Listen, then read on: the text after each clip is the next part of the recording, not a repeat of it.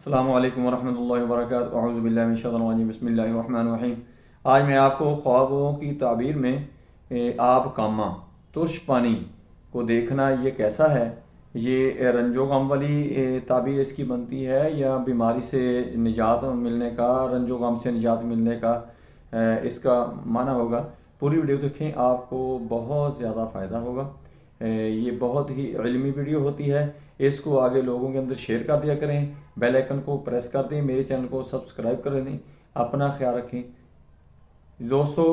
میں ہوں ڈاکٹر حافظ عبدالستار انجم، آپ دیکھ رہے ہیں رقیہ قرآنی ڈاکٹر حافظ یوٹیوب چینل۔ دوستو، اگر پانی کے اندر آپ ترش پانی دیکھتے ہیں، آپ کاما بھی اس کو کہتے ہیں، تو اس کی تعبیر یہ ہوگی۔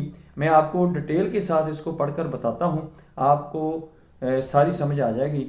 حضرت ابن سیرین رحمۃ اللہ علیہ نے فرمایا ہے کہ